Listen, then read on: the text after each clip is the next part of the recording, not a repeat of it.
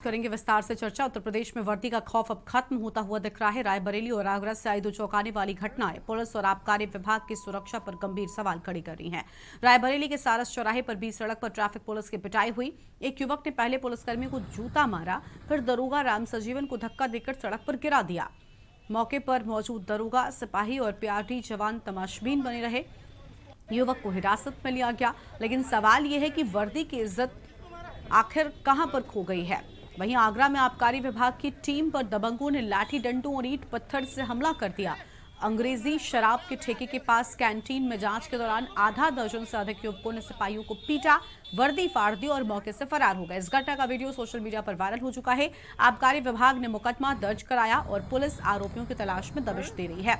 इन घटनाओं ने न सिर्फ पुलिस की कार्यप्रणाली पर सवाल उठाए हैं, बल्कि आम जनता के मन में भी डर और असुरक्षा की भावना को जन्म दिया है। अब देखना होगा कि प्रशासन इन मामलों में कितनी सख्ती दिखाता है और वर्दी की गरिमा को फिर से कैसे बहाल करता है। इसी मुद्दे पर आज विस्तार से करेंगे चर्चा। खास मेहमान हमारे साथ में जुड़ेंगे। वर्दी परिवार और सिस्टम पर सवाल उठ रहे हैं। देखिए, कल जो है थाना मलेरिया क्षेत्र के अंतर्गत सारस चौराहे पे एक ट्रैफिक सब इंस्पेक्टर हैं जो अपनी ड्यूटी पे थे और ट्रैफिक अधिक होने के कारण जो ई रिक्शा थे उनका डाइवर्जन किया जा रहा था। तो उसी क्रम में एक ई रिक्शा जो है वहाँ से गुजरता है जिसपे कि एक व्यक्ति बैठा हुआ था। वो इसी से जो डाइवर्जन किया गया था इससे नाराज होकर के जो टीएसआई थे उनसे बहस करने लगा और उनके साथ मारपीट कर लिया। जो युवक है उसके ऊपर मुकदमा पंजीकृत कर लिया गया है। उसको नियमानुसार गिरफ्तार करके न्यायिक रक्षा में भेज दिया गया है और अग्रिम विधि कार्रवाई कराई जा रही है।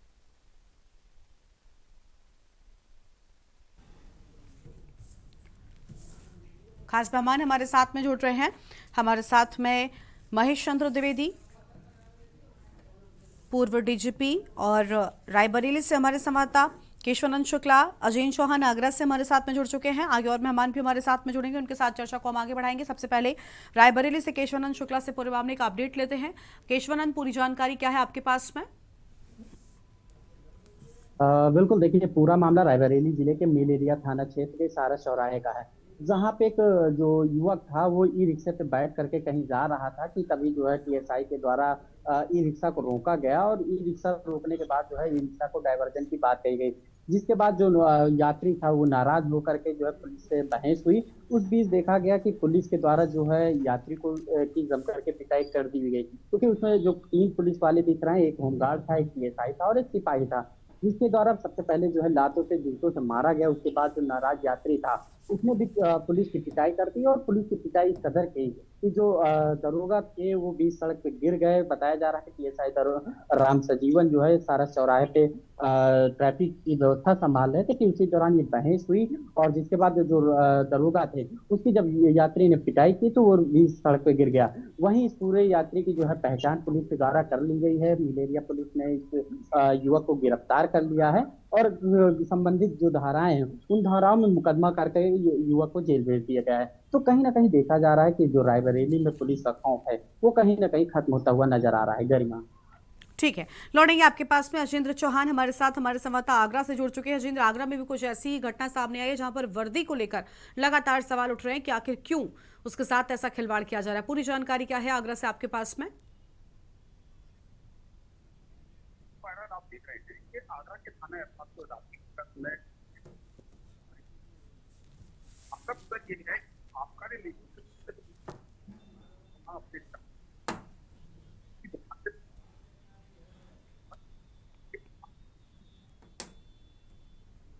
अजेंद्र, आपकी आवाज नहीं पहुंच पा रही, वापस से लौटेंगे हम आपके पास में। हमारे साथ में पूर्व डीजीपी महेश चंद्र द्विवेदी जी भी लगातार जुड़े हुए हैं। बहुत स्वागत सर आपका। महेश चंद्र जी, क्या कहना चाहेंगे? देखिए, वर्दी की इज्जत सरेआम तार तार अगर होगी तो शायद वर्दी का इस्तकबाल भी कायम नहीं रह पाएगा। लोगों में वर्दी का खौफ, क्योंकि अपराधियों और माफियाओं में ये जरूरी होता है, शायद नहीं रह पाएगा। क्योंकि बीच सड़क पर जिस तरीके से चाहे आबकारी टीम की पिटाई हो या पुलिसकर्मी की पिटाई हो, दोनों ही घटनाएं अपने आप में शर्मनाक है। क्या कहना चाहेंगे सर, क्या किया जाना चाहिए ताकि जो अस्मिता है वो बरकरार रहे? ये बात बिल्कुल सही है कि इस तरह पुलिस से पंगा लेना या पुलिस की पिटाई करना, इससे शासन और प्रशासन का वर्चस्व वो गिरता है और जन साधारण में पुलिस का जो भय भी जो है और जो आवश्यक जो भय है वो नहीं रह पाता। परंतु दुर्भाग्यवश देश की ये हालत है कि हम सैकड़ों वर्षों की गुलामी के कारण हमारे मस्तिष्क में जरा सी भी कोई बात, कोई हमसे नियम की बात करता है तो हमको लगता है ये हमारे ऊपर पर्सनल अटैक है। कोई जब नियम और कानून की बात करता है तो ये नहीं सोचता कि नियम कानून पालन करना चाहिए, वरन ये लगता है कि हमारे ऊपर, हमारे व्यक्तित्व पर अटैक हो रहा है और हम उसको कानून का पालन न करें और उस पर अकड़ जाता है। जैसे ट्रैफिक कांस्टेबल से झगड़े, ये नहीं, मैं अनेक बार देख चुका हूँ, यहाँ तक कि लखनऊ में तो जीप पर सीओ को ही जीप पर जबरदस्ती बोनेट पर लेके घुमाया था पूरे शहर में। तो इस तरह की घटनाएं जो है दुर्भाग्यवश है। इसके लिए केवल मतलब न केवल दंड की व्यवस्था समुचित होनी चाहिए, वरन हमारे जो नेतागण हैं जिनके कारण होता है ऐसा, या जो बहुत रिच लोग हैं, उनकी मानसिकता भी बदलनी चाहिए और वो प्रयत्न करें कि दूसरे की ऐसी मानसिकता न रहे।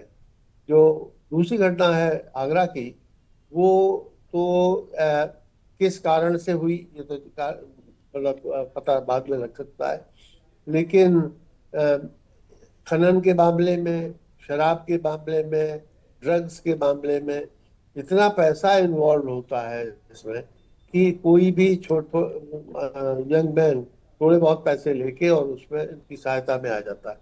तो यहाँ चूंकि ये शराब का मामला था तो इसमें बहुत पैसा इन्वॉल्व होता है। उसके लिए ये लोग आए होंगे, चेकिंग आए, जिस पर्पज से भी आए हो, अगर उनका पर्पज सही था तो उनके साथ बहुत गलत हुआ है ठीक है। और इसमें कठिन धाराओं में इनके खिलाफ कार्रवाई होनी चाहिए।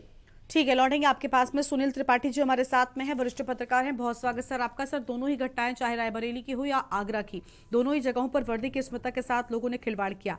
क्या वजह है कि आखिर जो खौफ है खाकी का वो बरकरार नहीं रह पा रहा है और लोग कुछ भी करने पर उतारू हो रहे हैं? देखिए गरिमा जी, लगभग मैंने 25-30 साल क्राइम रिपोर्टिंग की है और सबसे पहले मैं द्विवेदी जी को प्रणाम करता हूं। इनके कार्यकाल में भी मैंने क्राइम रिपोर्टिंग की है। पुलिस प्रमुख जितने भी आए हैं सबकी अपनी कार्यशैली रही है और मैं मानता हूं कि उनके संदेशों का किस तरह से पुलिस पालन करती मैंने ये भी देखा है। आदरणीय द्विवेदी जी बैठे हैं, स्वर्गीय के.एल. गुप्ता जी हमारे बीच में नहीं है। ऐसे 1 दर्जन डीजी मैंने देखा पुलिस में कि जिन्होंने आते आते जनता और पुलिस के बीच में सामंजस्य स्थापित करने का पूरा प्रयास किया। और जब जनता और पुलिस के बीच में सामंजस्य स्थापित होता है गरिमा जी, तो बहुत से फायदे पुलिस को भी होते हैं। इस तरह के जो ड्रग माफिया हैं जिनकी आप चर्चा कर रहे थे, खनन माफिया हैं या अन्य माफिया हैं, अपराधी हैं, उनकी खबरें पुलिस तक आसानी से पहुंच जाती हैं। लेकिन आज जो दृश्य हमको देखने लग रहे हैं वो काफी बदले नजर आ रहे हैं गरिमा जी। कहीं थानों में पुलिस वाले जाके पब्लिक को मार रहे हैं, कहीं पब्लिक पुलिस को मार रही है। ये देश के लोकतंत्र के लिए अच्छे संदेश नहीं है। और ये सत्य है कि ड्रग माफिया, खनन माफिया, भू माफिया और शराब माफिया, इनके संरक्षक भी छोटे लोग नहीं होते हैं। आपने देखा होगा उत्तर प्रदेश में एक आईएएस को मजबूरी में हटाया गया वहां से। इस तरह से हटाई गई तो आपने भी देखा, हमने भी देखा। इनकी जड़ें इतनी मजबूत हैं और उसमें कुछ पुलिसकर्मी भी इन्वॉल्व होते हैं। मैं भी कहना चाहता हूं, जो पैसा ले लेके विभाग की खबरें भी अपराधियों को बताते हैं कि आज छापा पड़ने वाला है, आज अफसर यहां आने वाला है। इस तरह से जब कृत्य होंगे समाज में तो पुलिस की दहशत कहीं न कहीं तो समाप्त तो नजर आएगी ही। ठीक है, लेकिन ऐसी घटनाओं पे शासन को तत्काल ध्यान देना चाहिए और जो पुलिस कर्मियों के साथ ऐसा व्यवहार कर रहे हैं गरिमा जी, उनके साथ इतना सख्ती से व्यवहार आना चाहिए कि जैसे देखिए 8 सालों मैंने पहले भी देखा, अभी आदरणीय द्विवेदी जी ने कहा कि बोनट पर बैठा सीओ को इसो तक घुमाए गए, पुलिस कई कर्मी घुमाए गए। लेकिन आज 8 सालों में आप बता दीजिए ऐसी घटना राजधानी में कहीं हुई हो, बम ब्लास्ट कहीं हुआ हो? ये कानून व्यवस्था है। अगर कानून व्यवस्था सख्त होगी तो अपराधी की हैसियत नहीं कि अपराध कर जाए, लेकिन ऊपर बैठे हुए नेता सफेद पोश अगर संरक्षण देते रहते हैं तो ऐसी घटनाओं को होना कोई बड़ी बात नहीं है। और इसमें भी आप जांच के बाद देखिएगा कि ये लोग किससे जुड़े हैं, क्योंकि जब ऊपर बैठा बॉस मजबूत होता है तो उसके जो गुर्गे होते हैं वो हर काम करने के लिए तैयार रहते हैं। आपने भी देखा गरिमा जी कि 2 माफिया ऐसे थे, उनके गुर्गों का आतंक था उत्तर प्रदेश से लेकर इलाहाबाद से लेकर लखनऊ तक। लेकिन आज देख लीजिए, तो कानून व्यवस्था के रखवालों को भी ध्यान देना चाहिए कि जनता के साथ हम भी अच्छा व्यवहार करें, और अगर उनके साथ व्यवहार होता है तो ये प्रशासन की जिम्मेदारी है। बाबा बुलडोजर खड़ा है, भेजे घर पर, कुल्की तक करा दे। लेकिन अगर वर्दी वाले ही मारे जाएंगे तो बड़ा शर्म की बात है गरिमा जी, फिर हमारी सुरक्षा कौन करेगा? ठीक है, लौटेंगे एक बार फिर से महेश चंद्र द्विवेदी जी के पास चलते हैं। महेश चंद्र जी, एक बड़ी अहम बात अभी सुनील जी ने कही कि कई बार पुलिसकर्मी भी इसमें शामिल होते हैं और ये बिल्कुल ठीक बात है कि बड़े माफिया या फिर जो भी इस तरीके के, चाहे शराब माफिया हो या कोई भी ऐसे, इन सबको विभाग के भीतर से ही सूचना मिलती रहती है। जरूर विभाग के भीतर ही कोई ना कोई विभीषण होता है जो ऐसी खबरें पहुंचाता रहता है। क्या नहीं लगता कि सबसे पहले पुलिसकर्मियों को ऐसे लोगों की पहचान कर उन पर सख्त से सख्त एक्शन होना चाहिए ताकि खबरें बाहर ना जाएं? एक तो इन पर अच्छे से शिकंजा भी कसा जा सकेगा और साथ ही साथ जो वर्दी की इज्जत है वो भी बरकरार रहेगी, वो भी इस तरीके से भी सड़क पर तार तार नहीं होगी। देखिए, इसमें तो कोई संदेह नहीं कि कुछ प्रकरणों में ऐसे लोग होते हैं कई थाने में, हर एक में नहीं, लेकिन ऐसे लोग होते हैं जो कि मिले हुए होते हैं या पैसे लेके काम करते हैं। जैसे विकास दुबे वाले प्रकरण में हुआ था। हाँ। तो ऐसे लोग हैं, ऐसा तो है, ऐसे माफिया के साथ रहने वाले पुलिस में है। और अगर इनको निकाल दिया जाए विभाग से तो बड़ी अच्छी बात होगी। तो मुश्किल ये होती है कि एक तो पहले उनकी पहचान, दूसरे ये है कि उनसे उनका इतने रुतबा पावर होती है कि सामान्य छोटा मोटा अधिकारी उनके खिलाफ नहीं करता, क्योंकि जानता है कि वो खुद ट्रांसफर हो जाएगा और वो नहीं हो पाएगा। तो कठिनाई बहुत लेवल पर है, डिफरेंट लेवल पर है। अगर मान लीजिए सिपाही को अगर सब इंस्पेक्टर या एसओ हटाना चाहता है और सीओ या कोई भी ऊपर इन्फ्लुएंस में है तो बड़ा कठिनाई हो जाती है। तो उसका क्रियान्वयन काफी कठिन है। दूसरा यह है कि हमारे कानून ऐसे हैं जो कि संरक्षण देते हैं अपराधी को बहुत ज्यादा। कानूनी संरक्षण प्राप्त है कोई भी व्यक्ति हो, और जिसने अपराध किया वो भी जब तक वो सजा याफ्ता न हो जाए, तो वहाँ भी कठिनाई आती है। तो जो बात आपकी बिल्कुल सही है कि अगर ऐसे लोग निकाल दिए जाए, इसके खिलाफ दंड दे दिया कड़ा, तो काफी सुधार हो जाए। ऐसी हिम्मत नहीं करें ये लोग, लेकिन कठिनाई है क्रियान्वयन में उसके। ठीक है सर, लौटेंगे आपके पास में। अजिंद्र, पूरे मामले में आगरा से जो सामने आया कि अब तक इन लोगों पर कार्रवाई की गई जिन लोगों ने आबकारी विभाग की टीम पर एक्शन लिया था, और सबसे बड़ी बात क्या इन्हें भी कोई जानकारी थी किस चीज को लेकर विवाद शुरू हुआ था? यहाँ पे वर्दी फाड़ी गई है लोगों की। हाँ, देखिए गर्मा, जिस तरह से संजीव त्रिपाठी जी हैं और साथ में वरिष्ठ पत्रकार हैं, और उन्होंने अभी कहा कि कुछ लोग स्टाफ की भी गलती होती है। यहाँ सबसे बड़ी निंदनीय बात यह है कि वर्दी पर हमला हुआ। ये बिल्कुल गलत बात है और ये हमले की निंदा हम सभी करते हैं और समाज भी करता है। लेकिन ये हमला क्यों हुआ? क्योंकि अभी तक की जो जानकारी वो थी कि साहब शराब के ठेके पर ये टीम जांच करने गई और इस बात से नाराज होकर हमला कर दिया। लेकिन ये बिल्कुल गलत बात है। ये आबकारी टीम की जो महिला निरीक्षक थी और उनके साथ जो स्टाफ था, वो इस शराब की दुकान से, इंग्लिश शराब की दुकान से तकरीबन 200 मीटर दूरी पर एक दुकान पर, जिसमें कि मोमोज, चाउमीन और पानी के गिलास और पानी की बोतल बेची जा रही थी, जो कि उत्तर प्रदेश के हर शहर के, हर जिले के, हर कस्बे के बाहर शराब की दुकान के आसपास दिख जाती है। स्थानीय लोग जो वहां के हैं उन्होंने बताया कि आबकारी विभाग का ही एक ड्राइवर है, उसके परिचित की एक कैंटीन खुलवा दी गई। जैसे कि उत्तर प्रदेश सरकार की ओर से एक नया नियम लागू कर दिया गया, जिसमें कि महीने पर 15 या 20 हजार रुपए महीने या 40 हजार रुपए महीने का शुल्क लिया जाता है और शराब की दुकान के बगल में वहां पर आराम से बैठकर पीने की सुविधा दे दी जाती है। तो ये कितनी सुविधा दे दी जाती है ये सब एक अलग चीज है। लेकिन यहाँ जो दुकान है उसकी दुकान के पास जाते हैं ये टीम और वहां पर जाकर बोलते हैं कि तुम अपने यहाँ पर शराब पिला रहे हो। सबसे पहली बात तो ये कि आबकारी निरीक्षक हो या आबकारी विभाग हो, उसका काम है शराब की दुकान पर जाकर वहां पर शराब का स्टॉक चेक करना, नकली शराब है या नहीं ये चेक करना। लेकिन 200 मीटर दूरी पर जाकर एक जिम्मेदार अधिकारी को अगर वहां चेक करना भी था तो लोकल की पुलिस सबसे पहले बुलाई जानी थी। क्योंकि गर्मा, ये जो मारपीट करने वाले लोग हैं ये एक दुकान चलाने वाले लोग हैं जो चाउमीन और मोमोज बेच रहे हैं। उसकी दुकान पर जाकर जब यहाँ पर इनमें बहस होती है, दोनों ही ओर से जोर से, काफी तेज से आवाज से बात की जाती है, तब जैसा कि बताया कि सिपाहियों ने धक्का दिया। तो वो जो दुकान स्वामी है उसका परिवार सड़क के पार ही रहता था, उसके 3 से 4-5 भाई थे और वहां पर आकर इनमें मारपीट होना शुरू हो गई, जिसका वीडियो हमने दिखाया है जो वायरल हुआ। फिलहाल इस पूरे मामले में तकरीबन 10 से 12 अज्ञात लोगों के खिलाफ मुकदमा दर्ज हुआ है। 5 लोग चिन्हित कर लिए गए हैं। आज सुबह एक आरोपी की गिरफ्तारी हो गई। लेकिन गर्मा, लगातार ये मैं इस बात को कहना चाहूंगा कि अगर टीम को जांच करनी थी, आबकारी निरीक्षक शराब की दुकान पर जाकर वहां पर स्टॉक चेक करते हैं, बैच नंबर चेक करते हैं, नकली शराब तो यहाँ नहीं बेची जा रही है, मिलावट तो नहीं की जा रही है। लेकिन अगर 200 मीटर दूरी के पास जाकर चाउमीन और मोमोज की जो बिक्री करने वाले जो लोग हैं, अगर आपको वहां चेकिंग करनी थी तो वहां पर स्थानीय लोकल पुलिस को बुलाना चाहिए था, ठीक क्योंकि है, आप यानी जिस कहीं ना तरह कहीं से कोई अगर गलती शराब वहां पर ठीक है, पुलिसकर्मियों की भी गलती जरूर नजर आई है। लेकिन अब इस पूरे मामले में विस्तार से जांच होगी कि आखिर कौन से लोग थे जिन्होंने पुलिसकर्मियों पर हाथ भी छोड़ा, उनकी वर्दी फाड़ी। खैर, लौटेंगे आपके पास में। रायबरेली से हमारे साथ में केशवानंद लगातार बने हुए हैं। केशवानंद, क्या अब तक इस शख्स पर क्या कुछ एक्शन हुआ पुलिसकर्मियों? क्योंकि कल जब ये जानकारी सामने आई तो कहा यह भी जा रहा था कि पहले पुलिसकर्मियों की ओर से गलत रवैया अपनाया गया था, जूता मारने की बात जो कि आज युवक पर आरोप लगाया जा रहा है। कल तक ऐसा कहा जा रहा था कि पुलिसकर्मी की ओर से पहले जूता मारा गया है, उसके बाद फिर युवक और पुलिसकर्मियों के बीच झड़प शुरू हो गई। सच्चाई क्या थी कि आप तक पूछताछ में कुछ सामने आया? बिल्कुल, देखिए ई रिक्शा पे ये जो युवक है वो बैठ करके कहीं जा रहा था, क्योंकि इसको देर हो रही थी। तो ये ई रिक्शा से जो चालक था उससे बोला कि आगे ले चलो। तो ईटीएसआई के द्वारा जो है ई रिक्शा को रोका गया और डायवर्जन की बात कहते कि ई रिक्शा को वहां से हटाए जाने की बात कही जा रही थी। तभी युवक जो था वो बता रहा था कि हमें कहीं जाना है, देर हो रही है। तो पुलिस ने जो है डायवर्जन करवा दिया था, इसलिए वो युवक जा नहीं पाया, तो बहस होना शुरू हो गई। तो जो वीडियो में देखने को मिल रहा है वो वीडियो ये देखने को मिल रहा है कि जो 3 पुलिसकर्मी थे, एक टीएसआई दरोगा था और एक उनके साथ सिपाही थे और एक होमगार्ड था। होमगार्ड के द्वारा सबसे पहले एक जूतों से जो है मारा जाता है युवक को, फिर उसके बाद दरोगा ने मारा और तीसरा पैर जो था वो सिपाही ने मारा। तो एक एक करके जब तीनों पुलिसकर्मियों ने जो है उसको पैर मारा, उसके बाद युवक के जो है गुस्सा होकर के उसने भी पुलिसकर्मियों पे पिटाई की। एक अकेला शख्स था और 3 पुलिसकर्मी थे।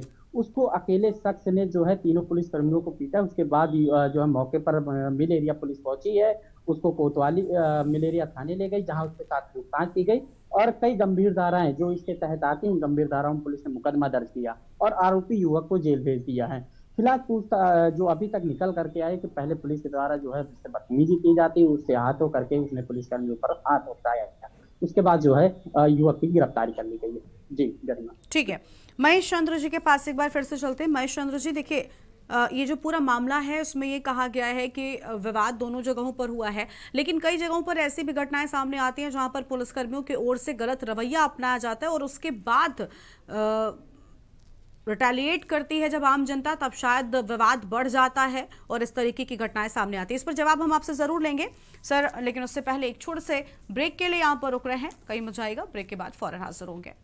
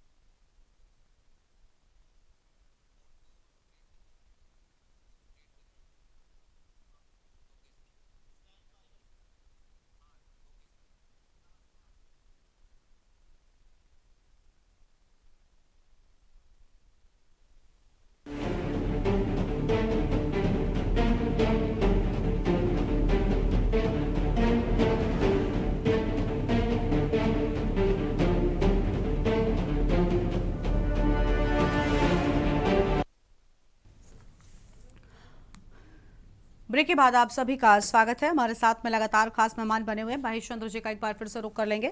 महेश चंद्र जी, सवाल वही कि आखिर पुलिस की ओर से भी ऐसा रवैया क्यों अपनाया जाता है?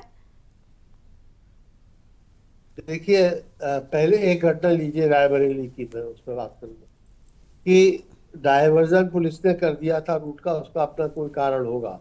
और कोई भी सामान्य नागरिक, चाहे देश में विदेश में कहीं भी देख लीजिए कि जब ऐसा कोई डायवर्जन या कोई पुलिस कर देती है तो उसका स्वयं पालन करता है।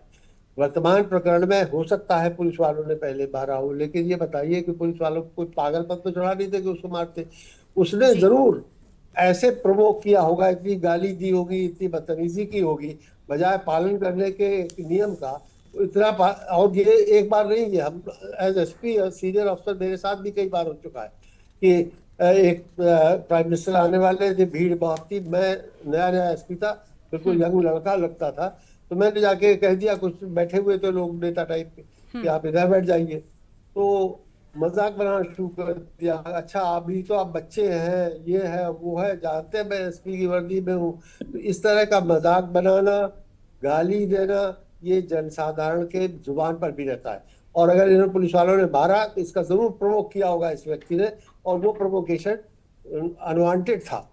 अमेरिका में तो ऐसे प्रोवोकेशन पर शूट कर देते हैं दुर्भाग्यवशात, और वहां कुछ होता भी नहीं मैंने देखा।